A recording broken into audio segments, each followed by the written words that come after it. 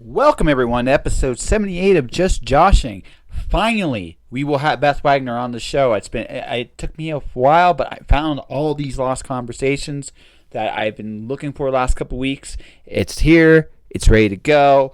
We are going to do it. But first, we're going to do this properly. Ladies and gentlemen, my name is Joshua Pentellaresco. I write stuff and podcast too. And this is episode 78 of Just Joshing. Welcome.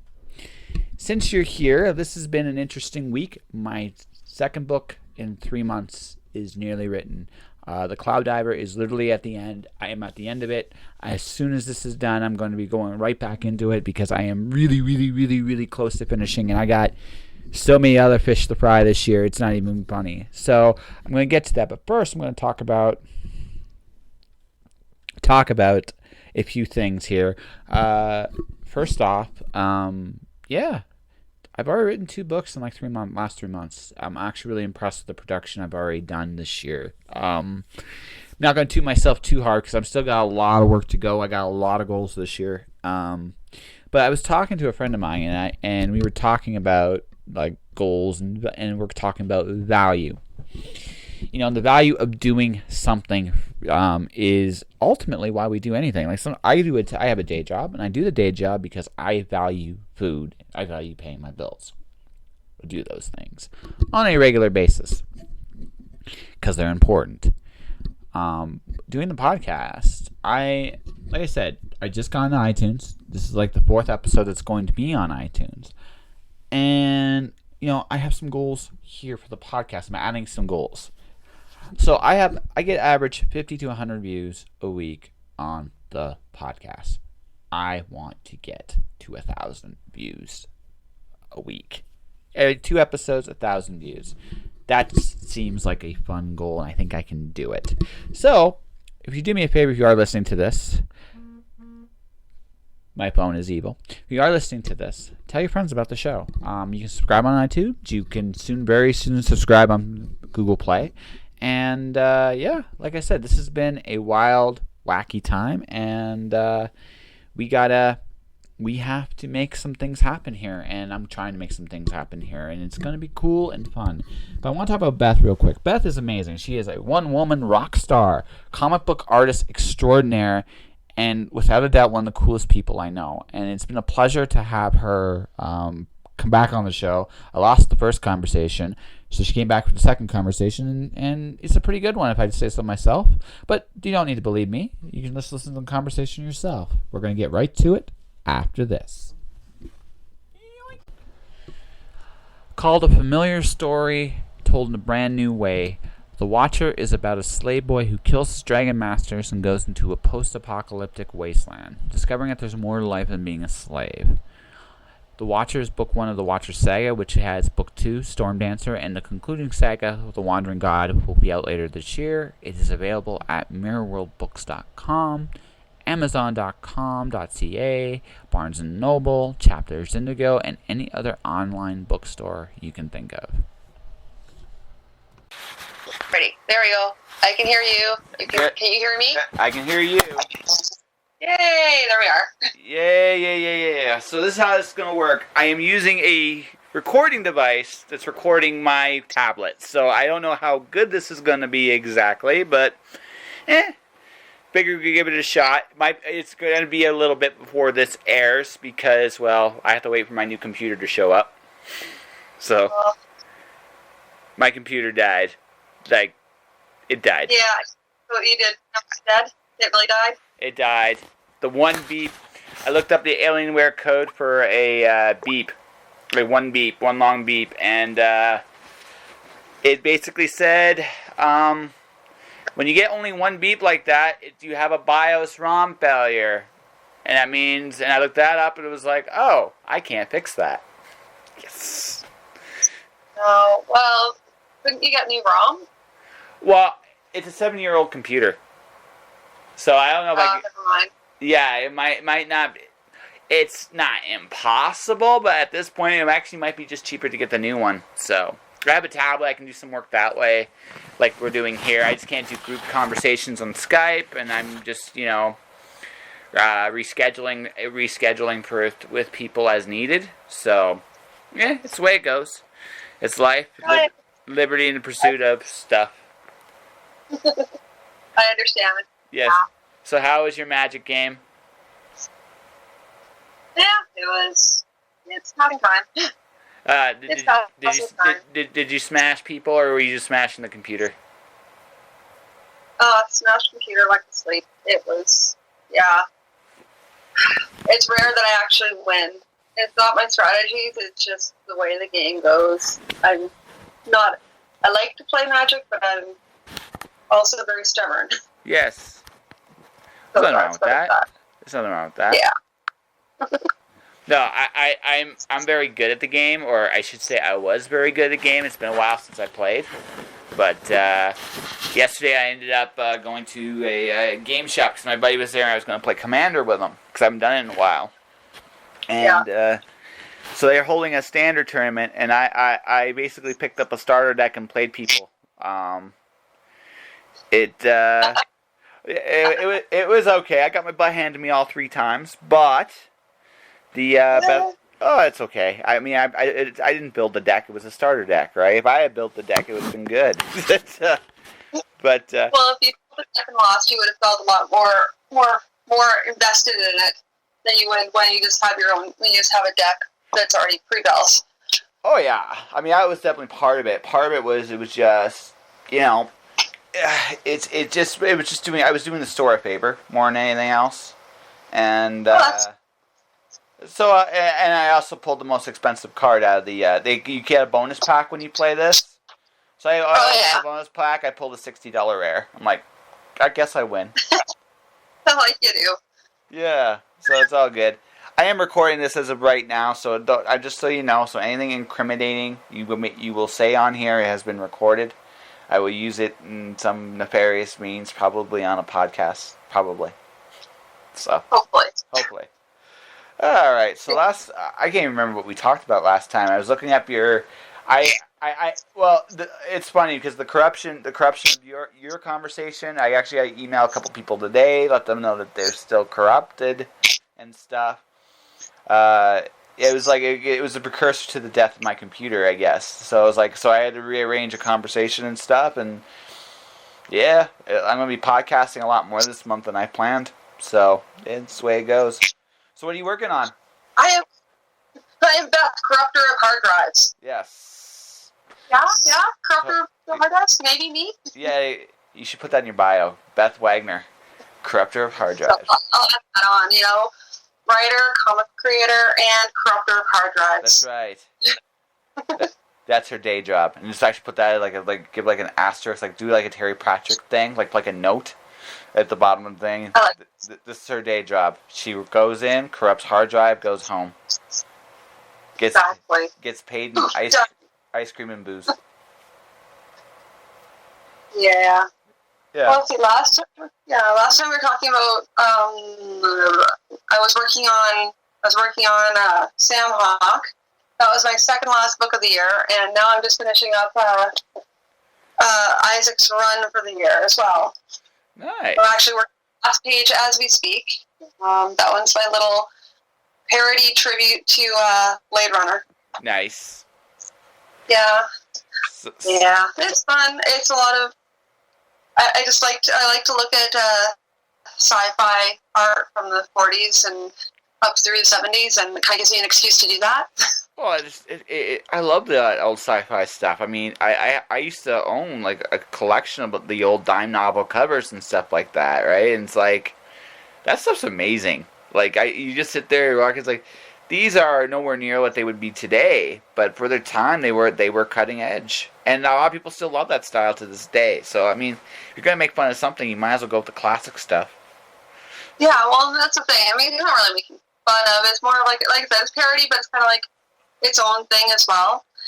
I don't know. I mean, I just really with the older sci-fi, there's just that amazement and wonderment that's there. Yes. And you still see it, you can still catch it in the artwork. It's just stuff nowadays is it's different. I mean, sci-fi's changed over the years, right? So before you're able to have a lot more. there's a lot more to be imagined because we didn't know a lot as compared to now where we know a lot more. So we have to push that boundaries of imagination even further to what is the new sci-fi.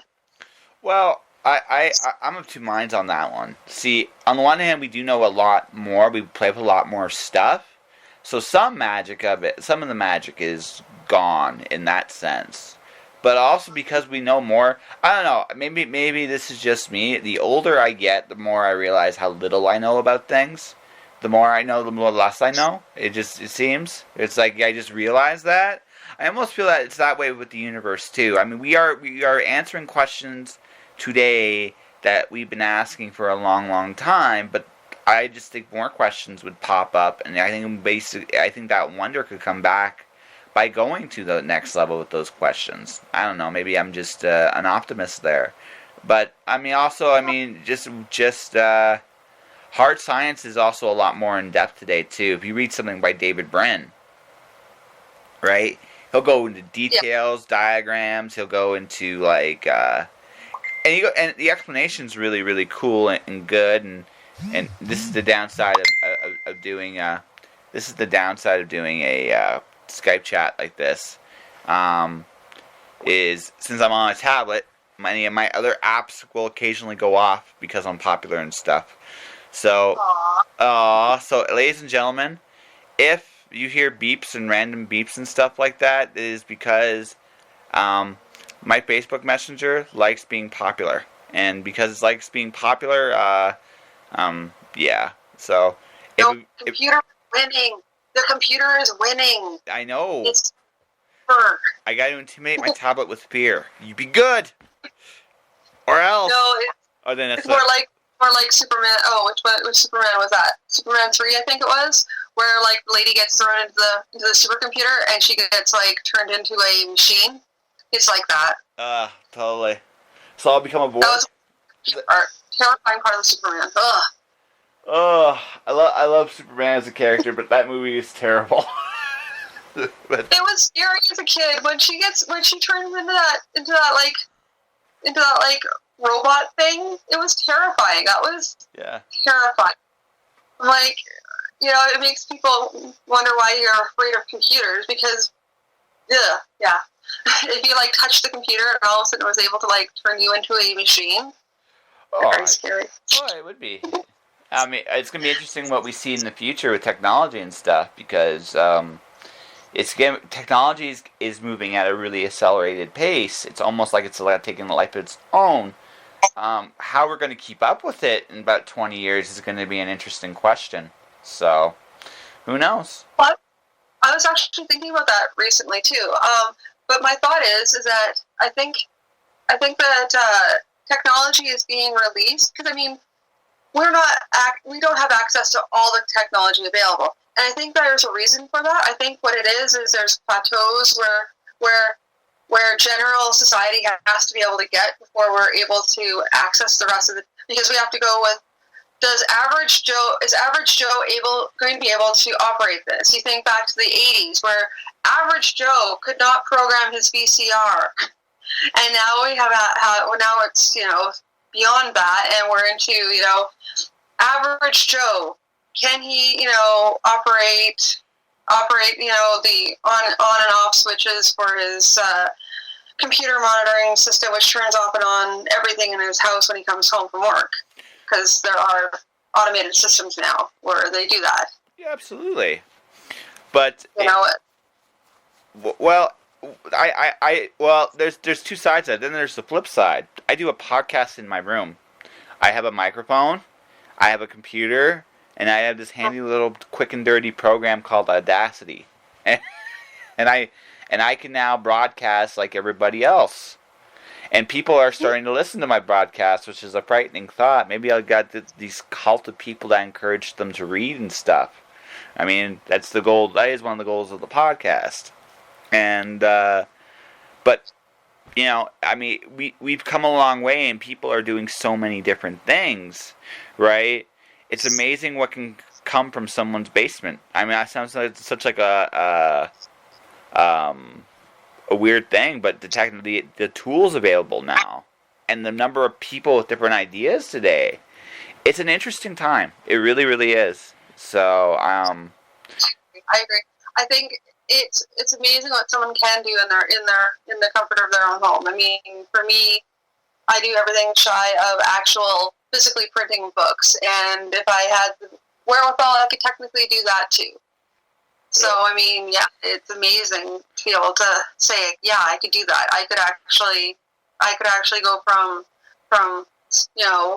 thought on paper to actually full print just in this one room that I'm sitting in right now. Yeah. Totally. Yeah, that's amazing. And like I said, I think what it is we're bound by how many people are actually able to access technology. The more people who are able to access technology and who are able to grow and understand technology, I think the faster we will all progress as a society. And that's basically the only thing that's really holding us back is society at this point. Well, it's just how people can cope with change, because change is inevitable, but change is accelerating, and what we're becoming, like I said, there's a lot of wonder that can go with that. I'm playing with it myself with my own book. Nearly next year, the Cloud Diver will be released unto the world. It's my idea of it'll be the idea. My idea is the cloud today is archaeology tomorrow. You can actually hear the idea germinate when I talked to Ron Friedman in one of my earlier episodes. We were just talking, and as we were talking, it came to me literally as we were talking about it, and so now I'm doing a nice little homage to an elevator story, The Matrix, Indiana Jones, and zombies. I don't know why zombies got into I know how zombies got in my story exactly, but now I'm just having some fun. I'm tying them to some strange mythologies and just having a blast. And yeah, but I mean, one of the things that I'm talking about in my story is the concept of what is real. Because as technology is bridging the gap now, what we considered separate, and is bringing things together in ways, I'm not sure that by their properly designed ways, mind you, but nonetheless, I mean, the link between things is a lot smaller. Like DNA in a computer language is not that far apart anymore.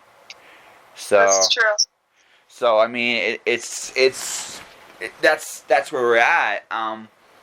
I think what's happened today, I think the other big difference between science fiction of yesteryear and science fiction of today, we're not asking the same questions anymore.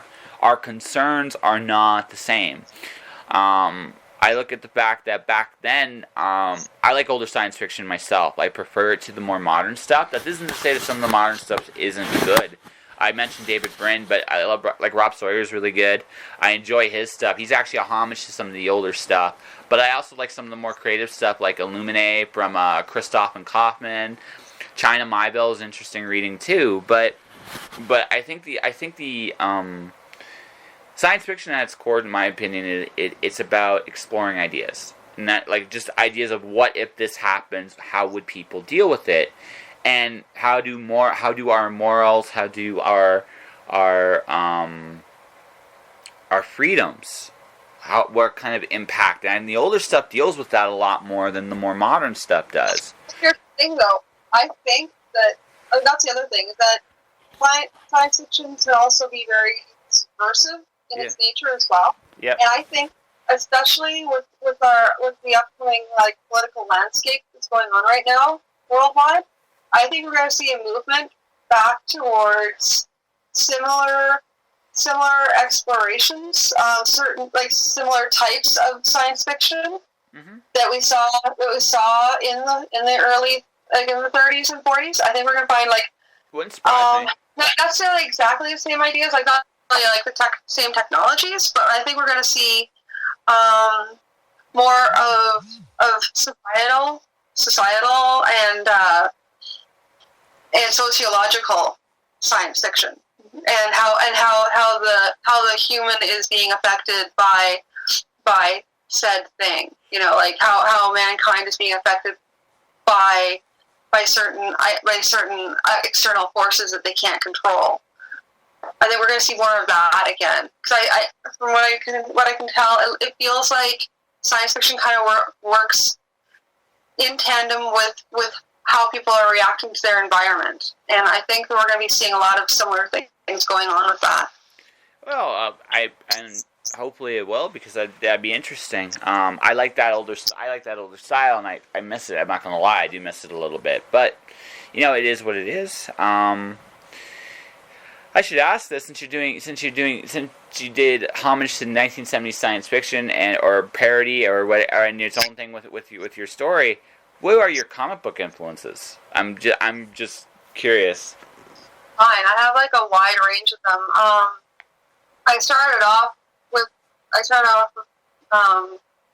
let's see, I was allowed to read Archies and things like that, and then I was able to get my hands on my dad's comic book collection, and he had like everything from, it was all like 70s and 80s, mostly 70s, and it was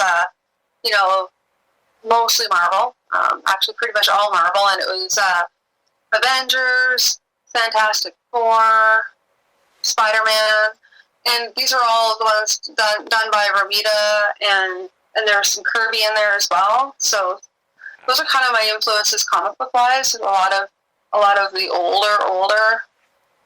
older ones. Makes sense. Yeah, I mean, I like Kirby because Kirby's science fiction bent, and just his take on things. There's always just so much draftsmanship behind his work. I didn't really always agree with his people and their representations, because they all kind of seemed a little formulaic. But I loved his machine, Kirby's machines, and that sort of his anything to do with space and Kirby was fantastic, hands down. My favorite Kirby stuff, though, is his post-apocalyptic Kamandi at Earth's End. I just love that stuff. But he was the man. Like, really was one of the most talented guys to ever grace the industry by a shot. Yeah. Yeah, I mean, for me, I also like Byrne. I like Byrne's storytelling style. The way he always brought a lot of kind of human touches to people. Kind of try to make them a little more real. Yeah. I like that. And I like Byrne's art style. Just sort of a nice little depth of character. But as far as if you wanted to go with like machinery and fantastical science fiction adventure, I would go with Kirby, because he was able to bring that out there kind of. I don't think many comic fans would disagree with you, actually, with that one. Byrne is an interesting guy. I like Byrne into the mid 80s to late 90s. I think it was his best stuff, in my opinion. Yes. Was his best stuff.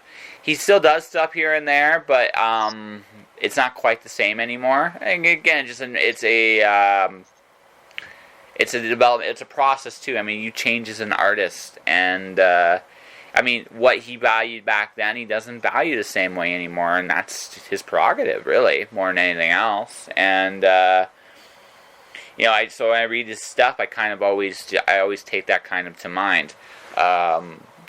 Currently, on the current creators today, what do you think of Warren Ellis? I'm actually kind of curious about that. Really? Well, yeah, no, I like him for his futuristic storytelling, and actually, he's kind of one of the influences on the comic book I'm working on right now. Just from the Transmet, because that really, really, really was a big thing for me. And actually, I mean, I really have to thank Warren Ellis for getting me into working on comics and self-publishing. Awesome. I used to be on his forum back when he had this forum for a bunch of fans and creators and aspiring creators. Mm-hmm. And I was on his board. I put up one of my comics on there, and he said he absolutely loved the pacing on it, and that in itself just gave me the confidence. The world. So yeah, you know what? Time to continue on going with it. He's secretly a sweet dude. He comes off like a hard ass, but he's really, really nice, actually. I met him. Yeah. my story with him, and I actually have I have two Warren Ellis stories. I have his book Crooked Little Bane, and I read it. And I emailed him a big thank you, and he actually was really gushing because it was his first novel, and I realized it meant a lot to him, right? And just because someone took the time to compliment him, because he was scared, I think, of literature at the time because he's never done it. My other story with him is a MySpace story. I was living in the States at the time, and he was making fun of the States for having George Bush as the president during Independence Day. So I fired back at him. It's like, they may have George Bush, but you have Prince Charles. I think the Americans win. No, he's a good dude. He's really a good dude. So I would love to have him on the show someday, but I don't know if that'll ever happen. But that would be really cool if I could get that opportunity. But I'm glad he encouraged you to get into comics. So, what are your goals at this point with your comic stuff? Are you trying to get yourself like a bigger audience? Obviously, a bigger audience, of course. But do you want to do a big 2 thing? Or are you going to would you prefer to get an image? What would you be your ideal scenario?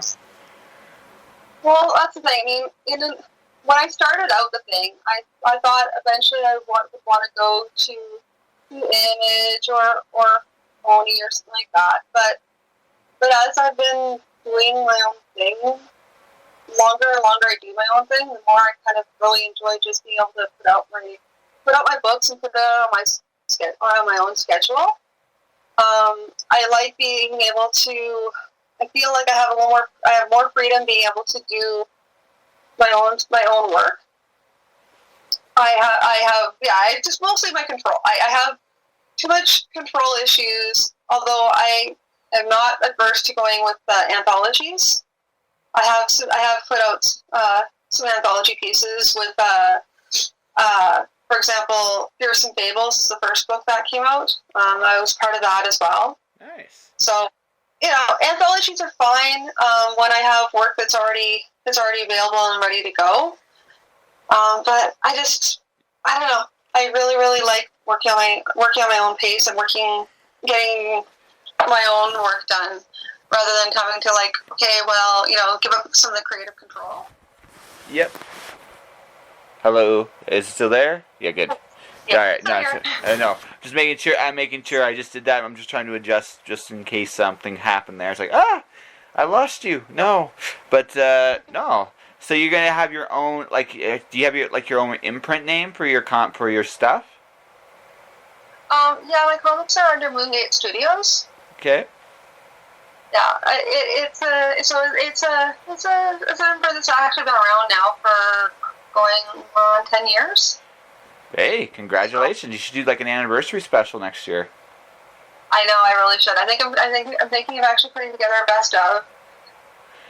If I do that, it'll be. I probably won't be able to get out until the end of next year if I do that. So you call it the belated anniversary special, all right? This is true. All right, Yes. Yeah. Beth Wagner, corrupter of hard drives, belated anniversary celebrator. I like. Yeah. See, we're adding to your titles here. We're going to give you as many different titles as you want here. Yeah. But no. So what is coming up next for you in terms of comic stuff? Comic stuff? Well, let's see. As far as comics go, I should be having my next issue of Isaac's Run out next year. So I'm going to be compiling everything. I do everything on a web, as a webcomic, and then I release it after it's done. I do a really, really short mini one for conventions, so that the next one will be ready for Calgary. And then Sam Hawk is finally done and ready to go to printer. Okay. So that'll also be ready for Calgary. And I'm hoping I'll have the next issue of Isaac and Lee ready for Calgary, but I can't guarantee that one. You're not sure. Okay. So how long does it take you to do a comic normally? Well, too darn long. Yeah.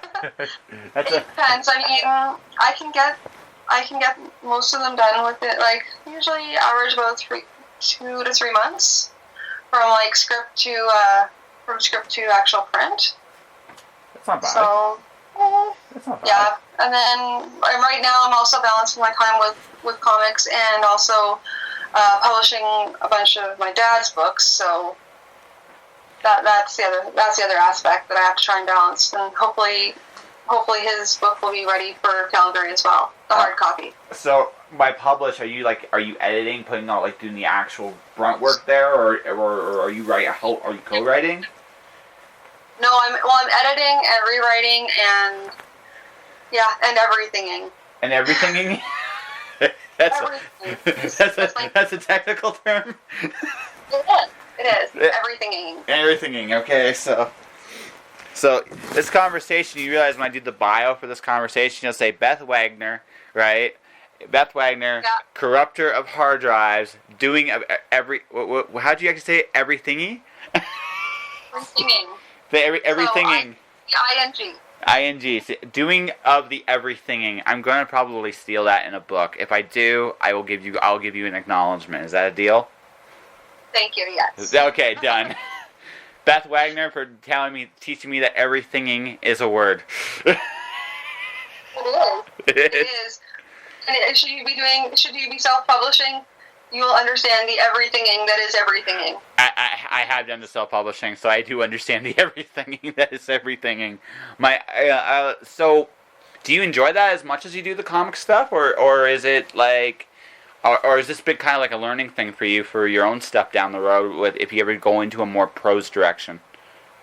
Well, that's a funny thing, because this year was why I didn't get as much work done as I normally do, and as many books published as I normally do, is because I was trying to set up my schedule for being able to do editing of my dad's books, my own comics, and then I started toying with writing my own work. So it's a little bit of everything, and I really got a chance to learn a lot about writing and the whole entire scope of what goes into it, and how it comes together production-wise, the same way the comics come together production-wise. And I'm starting to get an idea of how long it takes to edit, which is so much longer than comics. Mm-hmm. so much longer than comics. So no, editing is a wonderful, wonderful thing. I'm about ready to go into the beta read phase of my book. I'm almost done the draft. I'd be in the beta read phase this week, but as I said, my computer just, it's dead, and although I backed up everything, an external hard drive does not fit into a tablet. So I'm going to be waiting for I'm going to be waiting for a week or so in order to set up. Actually, there's a way for me to do it. I might just do it that way. But you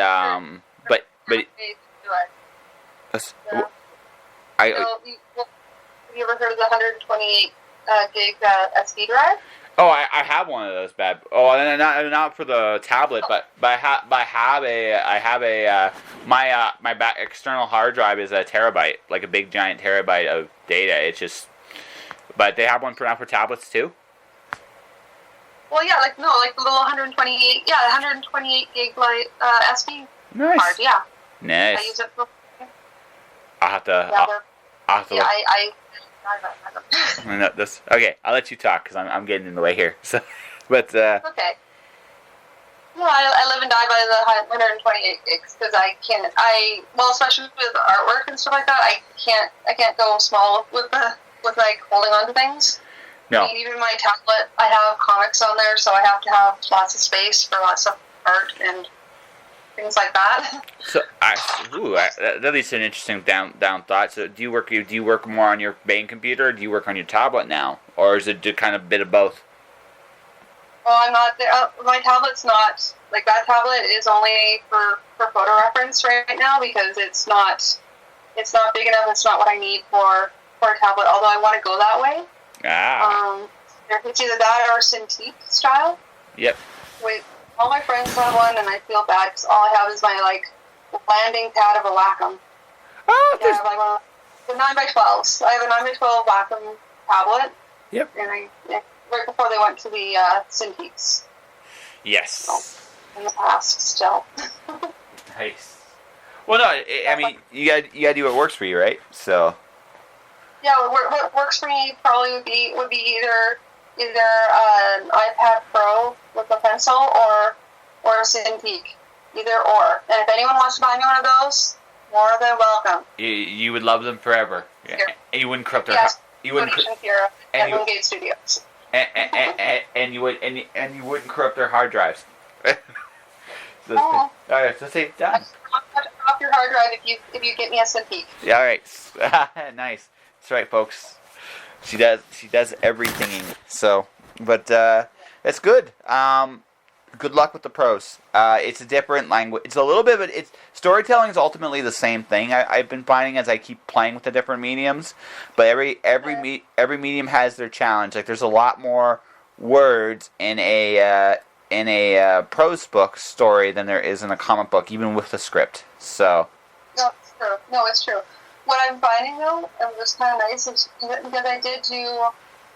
I ended up doing a first draft earlier this year, and I was able, for one thing, it helped build me up creatively for comics, because I kind of take that break from having to do all the artwork, because our artwork is some heavy lifting. I didn't realize how much heavy lifting it was until I was just writing. Mm-hmm. That was kind of a nice break from that. But yes, having to go with the words, putting the words together, it's a different brain set, but for me, I find it a lot more relaxing than trying to get the artwork and the writing together. Fair enough. So yeah, it's just it's a different brain set, and it's kind of nice to be able to take that time. So I really look forward to doing some more work. I have a really great idea for this one novel, and I'm excited. I started niggling at it a little bit, realized it's really huger than I thought it was going to be. More huge. Larger anyway than I thought it was going to be, so I had to take a break from that so I could get my comics done. Nice. But I'm looking forward to getting back to it next year after a break. Fair enough. Well, Miss Beth, good luck on everything. So thank you so much. So before we wrap this up, I'll talk to you after the interviews too. I'll tell you some of the cool people that are coming up next year for me. But for you. You talked about your books already. Where can people find you? How can they buy your books? And how will you not destroy their hard drives? Oh, okay.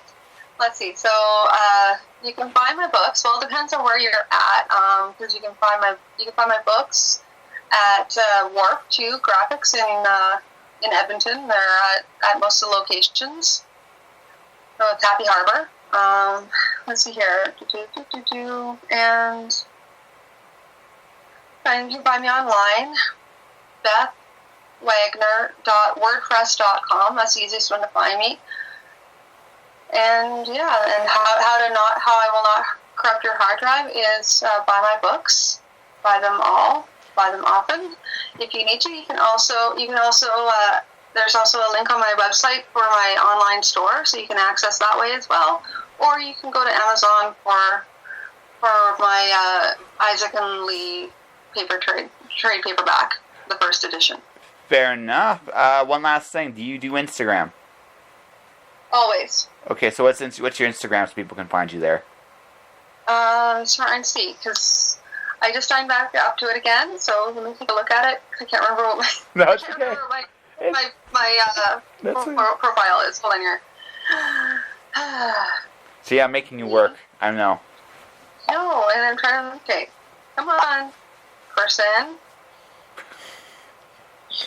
Oh, yeah, Beth_Wagner. Okay, so at Beth_Wagner. Yep, apparently that was my old one. Wow. That was like an early adopter. I forgot about that. Nice. Yeah. So, yeah, I mean, you can look me up. I am easy to find. And I also have a Twitter account. _Beth _Wagner _Beth _Wagner . Yeah, and I'm also on Facebook. So. All right.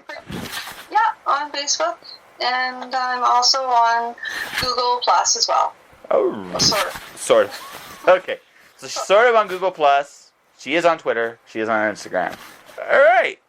I think we have an interview. And just hang on.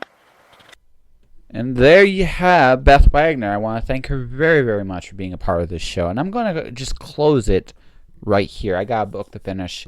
The next time we're going to be on the show, we're going to have a hot gothic edition.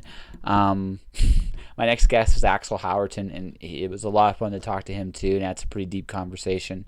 But beyond that, guys, check out my books, The Watcher, Storm Dancer. Sign up for my newsletter, tinyletter.com/jpentalresco.